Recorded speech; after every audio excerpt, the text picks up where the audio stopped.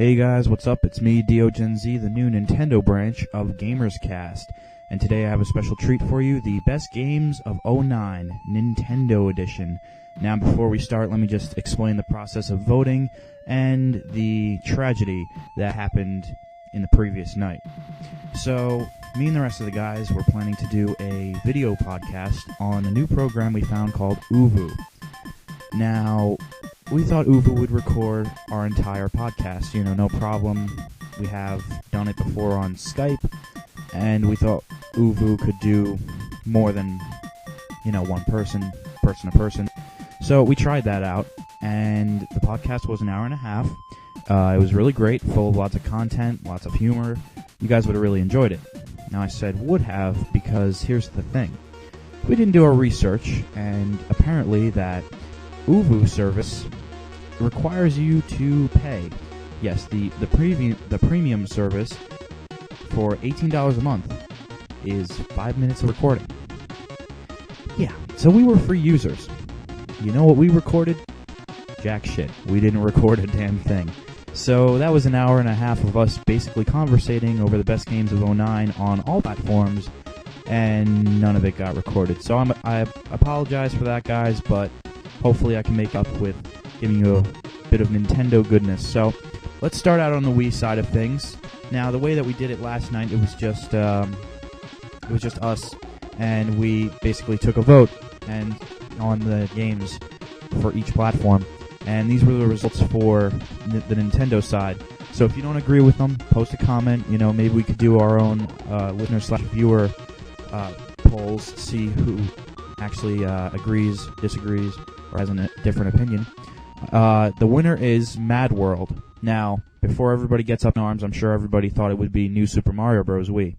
And we went into this on the podcast that New Super Mario Bros. Wii, while definitely fun, is not all that innovative. In fact, it's pretty lazy at a lot of different points. For example, the Mario, Luigi, and 2 Toads option, you're telling me we couldn't have more characters. That was very piss poor on Nintendo's part, and whatever excuse they give is not acceptable. Now, another thing that I was very disappointed to see is that Nintendo didn't include Wi-Fi. And we actually got into a bit about this, saying that, we wouldn't want Wi-Fi because, just look at Super Smash Bros. Brawl. So I'm going to stop you guys there and say, well, if you have that attitude towards things, then Nintendo's going to keep doing what they do. And they're going to not produce games with Wi-Fi. They've convinced you all that the best they can do is Brawl. Well, I've seen many other games on the Nintendo Wii, that utilize Wi-Fi, and they do it wonderfully. And they use features that Nintendo doesn't use, like auto-logging into Wi-Fi when you start up the game, such as Guitar Hero, and other games. So they try to convince you that, this is the best we can do, which is pretty much crap. All right, I think we all agree that Brawl's Wi-Fi was just horrible. They convince you of that, and then you start thinking, well, if that's the best they can do, then I don't want it on another game. But you're wrong. You, the consumer, speak with your dollar. Now, I'm not saying don't buy New Super Mario Bros. Wii because it doesn't have Wi-Fi, but it's something to consider, and it's something to not just lie down and accept it. So, we picked Mad World. It was between Mad World and New Super Mario Bros. Wii. We picked Mad World because it was pretty innovative. I really love all the different kill styles you have there. It was short. That is a bit of a gripe, but I mean, even Dead Space Extraction, which was a runner-up, was short as well. So, it really depends on if you value the game and if you go to replay it. It was very innovative. It made a good step on the Wii as far as violent gaming. Unfortunately, it didn't get as many sales as I would have liked, but it really showed people that a violent game can be done on the Wii, and it can be done well. As long as the censors don't come up and block your way and make it adult only, it can thrive. Now, unfortunately, with bad press, it didn't really. However, I'm begging you all, please pick up this game. I think it's about $20 now, and it's definitely worth your money. So that is the Wii game of '09. Some of the runner-ups, like I mentioned, would be New Super Mario Bros. Wii, Dead Space Extraction, Muramasa the Demon Blade, And also we were discussing Punch-Out! Too. Punch-Out! Didn't make it because, again, we saw Nintendo doing pretty much the bare minimum there. It really wasn't innovative, and, Nintendo definitely had a better year this year. I'll give them that. However, we're comparing this year, last year, 09, to 08, which was just tons and tons of casual crap, and a few good third parties here or there. So this year, by far, is much better than 08. 09 was much better.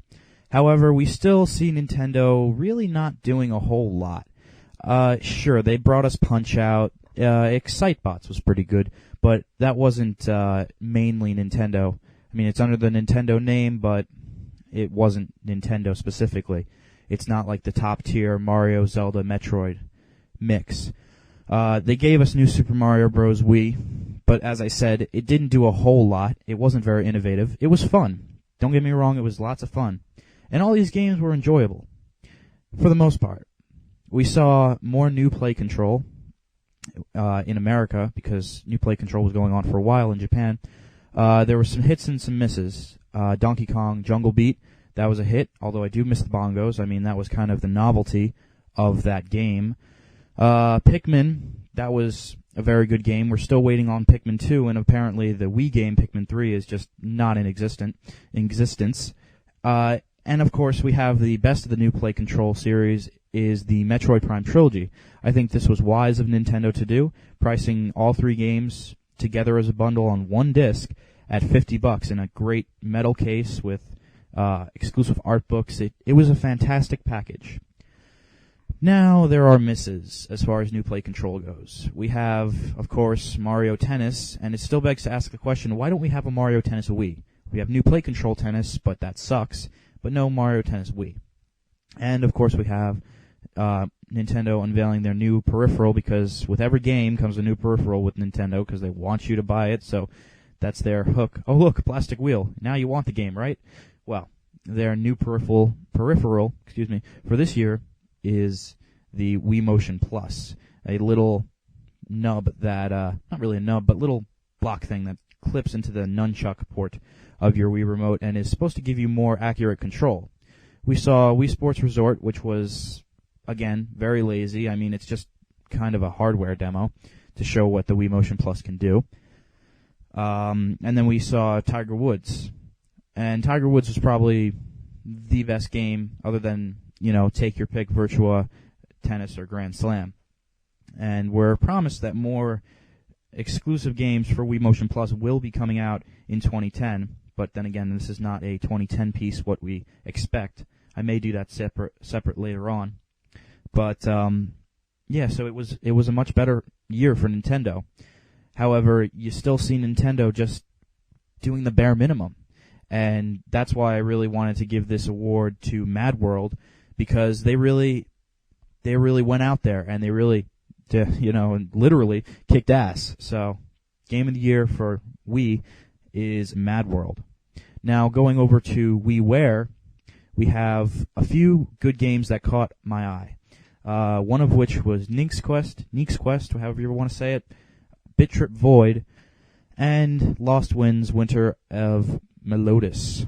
Now, the award goes to Lost Winds.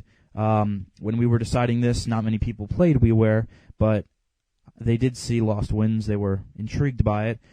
The reason Lost Winds gets a one-up on the other two games, first let me talk about Bit Trip Void. Bit Trip Void is an excellent game. I mean, all three of these games are great games you should pick up, but Bit Trip Void has 3 levels. If you're really good at rhythm games, you'll be done. You'll blow past it in no time at all.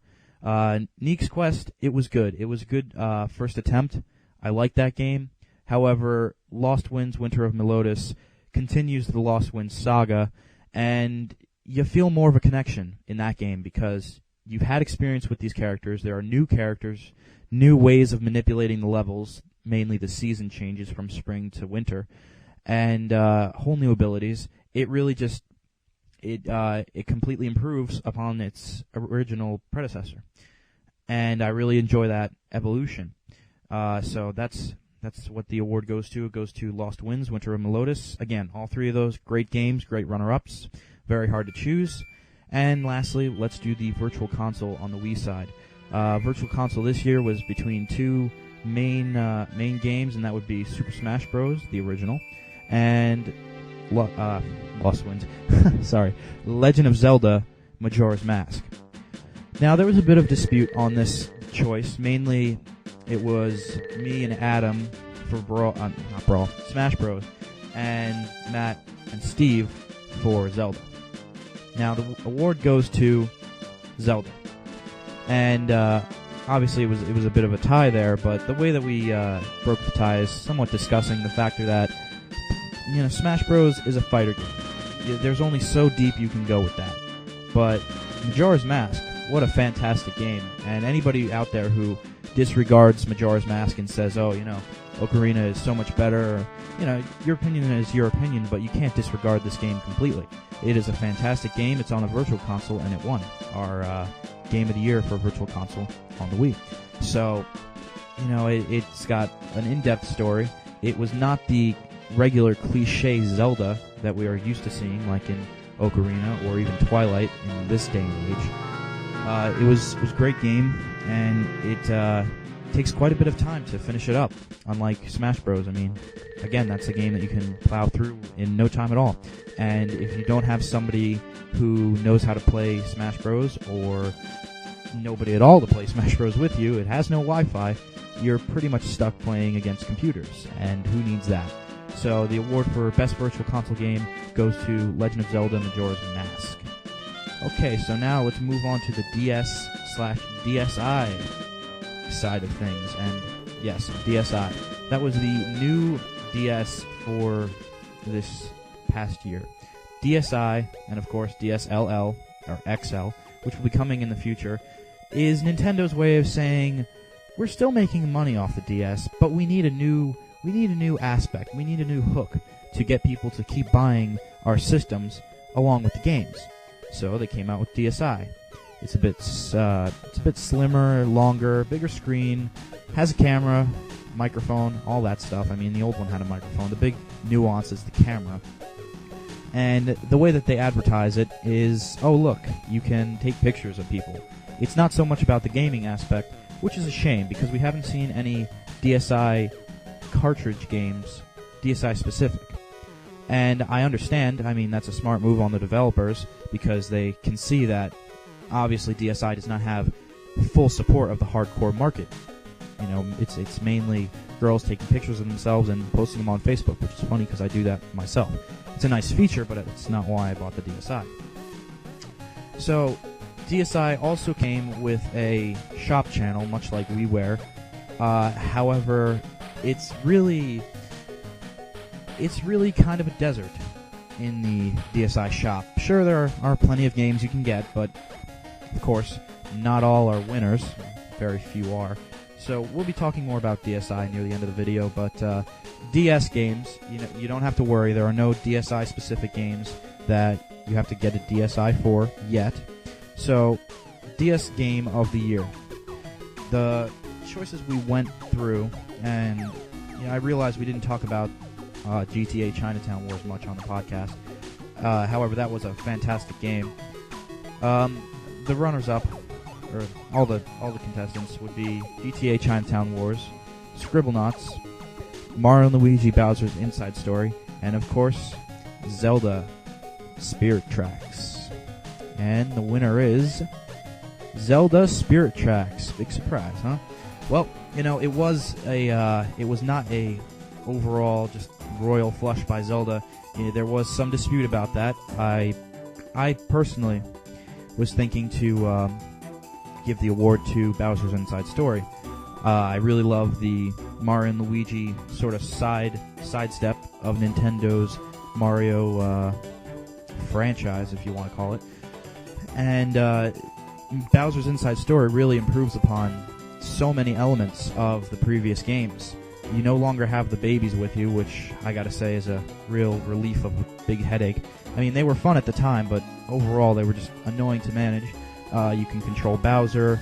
It's great. You have I don't want to give too much away because I do plan to do a review of it later on, but it was a great game, and I also, over Zelda, liked the fact that it was button control over stylus control. I was pretty disappointed that, again, Zelda did not have, just like Phantom Hourglass, did not have the option right in the menu for D-pad control. I mean, I can understand if you want to leave it open for people to move Link around with the stylus, but I personally prefer the D-pad control for movement only because it's more precise. And, I mean, that's the same problem that Scribblenauts had, is that Maxwell, the main character, you move around with the stylus, and you also have to draw and move around items. And what tends to happen is Maxwell will be, say, at the edge of a cliff with a rope, and you go to connect it to the other side of whatever you're doing. The star piece, little thing there. And what will happen is he'll take that tap on the touch screen as a tap for movement, not a tap on the rope to connect something. And then he'll fall down the cliff, and you got to restart the whole level over, which in some levels is extremely annoying because it takes a lot of planning and a lot of setup to get what you need. So, you know, that aspect was not great on both of those games. However, if we were to pick a game that was the most innovative, we all agreed that unanimously it would go to Scribblenauts.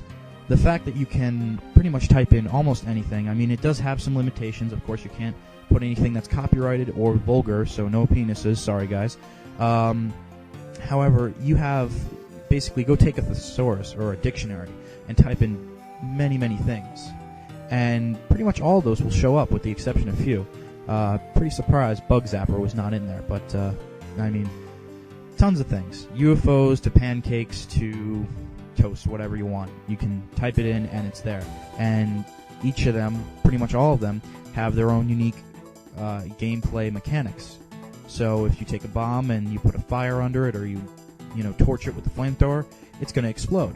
But if you just leave it there, it's just going to be there. So I mean, you use that to your your liking for puzzle solving. And there's not one way to solve a puzzle. There's many different ways. And that really makes Scribblenauts the most innovative. So that's our little tiny side award. I mean, it's not really official, but that is our side award for Scribblenauts, is it's the most innovative. Now, getting back to the winner, Zelda Spirit Tracks, it one-upped Bowser's Inside Story because, it was really hard this year for DS to choose, because the Inside Story of Bowser and Spirit Tracks, I mean, they both had phenomenal stories. Spirit Tracks was a bit more of a, I don't want to say darker tone, but it was a bit more serious than Bowser's Inside Story. Bowser's Inside Story has a lot of jokes, a lot of wisecracks. It's a humorous adventure, whereas Spirit Tracks, you kind of at some points you see things in a new light in a Zelda game very seriously. It's not just, oh, Zelda's stuck in a castle, go get her from Ganon. Zelda is now dead. I mean, that's not a spoiler. I mean, that's pretty obvious. If you even watch a commercial of Spirit Tracks, you'll see that Zelda is dead now, and you have to find a way to remedy this. So, I mean, the adventure that Spirit Tracks takes you on compared to Bowser's Inside Story is a bit more in depth. And also, I mean, if you really care, the rendering of Spirit Tracks is a bit nicer than Bowser's Inside Story. Personally, I mean, I think it's a different style approach, really. It's not about getting better graphics or better rendering of the images. It just really depends on the style. They took the drawn approach to Bowser's Inside Story, and they took the 3D element to Spirit Tracks. But nonetheless, Spirit Tracks won over Bowser's Inside Story. So, moving on to DSiWare.